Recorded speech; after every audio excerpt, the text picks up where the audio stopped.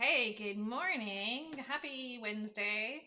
Haven't been on for a little while. Been trying to catch up with all of this new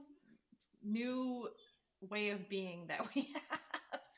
And I think we're in the swing of things now. The kids are home and they are homeschooling, and it is time to get back to work.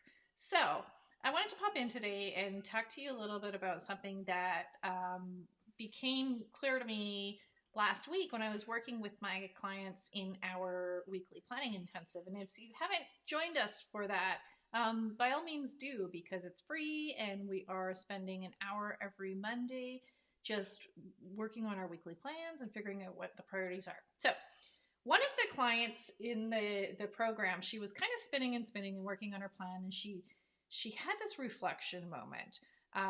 She was looking back at what she had spent her time on over the last week, and she was like, what was it? Because I didn't end up getting any of the things done that I wanted to do. And so when we dug in and we looked at what she had actually spent her time on, she said, you know what? Avoiding things sure takes up a lot of time. And I had to laugh because that was just a super great observation on her part. She had been spending all this time figuring out how to not do the things that she didn't want to do for whatever reason. So it got me thinking. I spend a lot of time building tools and systems for planning and prioritization. A lot of the work I do with my clients who are very creative, very intellectual, they're thinkers, they're leaders in their field. They the thing that they often don't have is a way to kind of organize their work and figure out a plan to get them from kind of where they are right now to where they want to be without having to do all the work that they don't want to do. So we've been using these tools inside of the planning intensives, and what I realized is that even with these amazing planning systems and the tools that I've created, it's still not going to combat the mental stuff, right? And so the work that we do in the intensive is partially around, and with all of my clients, is partially around the structure and the doing, but it's also very much around the mental game. A lot of this stuff is in our heads, right? The reason that we avoid things, it's in our heads. And I've heard all of the reasons why, right? I've heard all of the reasons why you might be avoiding your work. Sometimes you know why, and sometimes you don't. And sometimes people just come to me and they're like, I don't know why. I just can't, logically, but this isn't a logic thing, right? Our brains are these tricky little jerks. And sometimes they tell us stories that we think are true, but are not. It's their way of keeping us safe or away from a kind of a bad feeling.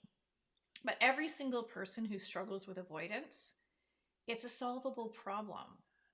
And it's easily solvable because it stems from one of three things: fear, uncertainty, or resistance. And to understand which is your roadblock, you have to ask yourself these three questions. Am I feeling this way because I feel panic when I think about doing this work? Or do I just feel nervous? Or do I feel frustrated? Any one of those three emotions or three kind of emotional responses feel like avoidance, right? Which one of those is most prevalent? If it's panic, that's related to fear and being scared of an outcome, whether it's a fear of failure, or a fear of success, or a fear of a shift in how others are thinking of you, or a fear of being wrong. We create lots of things to feel fear around. It's entirely normal, and it's our brain's way of keeping us safe.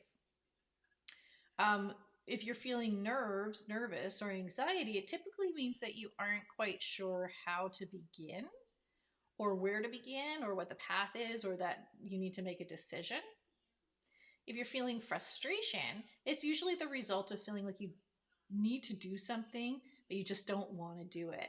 Either because it's out of alignment with what gets you really excited, or because there's some element of kind of should that it is weighing in on doing this task. And for the record, should usually means I wish I didn't have to.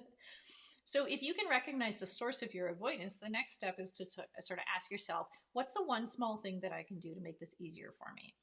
Maybe it's working through your fear with some mindset work, or even just being aware of the fear, right? And talking yourself through that fear.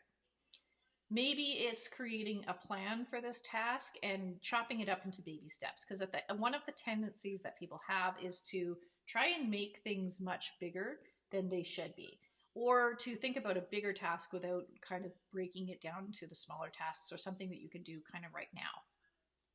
Or maybe it's about taking this task off your plate altogether, because no matter how much mindset work you do, you're still going to hate it.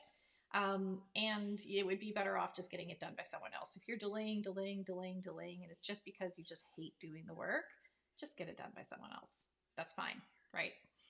So whatever you discover about your avoidance, the awareness and the investigation is likely to get you unstuck in a more methodical way and get you moving again, so that your time is directed at useful and productive things rather than staying stuck. Every one of my clients comes to me with that very same problem. They can't move forward with the business model that they're envisioning. They have created this business that's kind of working for now. They have clarity on what they do well. They have a desire to serve and impact the world, but they're stuck in that business that doesn't feel really good, right? It's chaotic. It's not directed. It's not working optimally. They are stuck doing work that they don't enjoy and can't see what's next in their growth or how to achieve it. And they kind of feel like they're spinning around in circles and they're not sure where they're headed, but they feel overwhelmed and burned out and alone.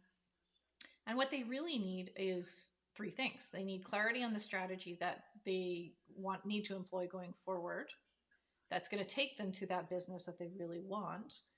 They need weekly planning and organization, so they get their priorities sorted and scheduled and they keep moving forward with the work that they're trying to do.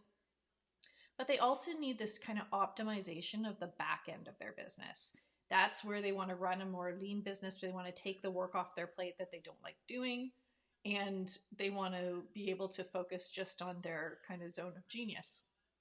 And so what I did is I created a program to support them in what they needed best and to give them that kind of business partner that they don't have.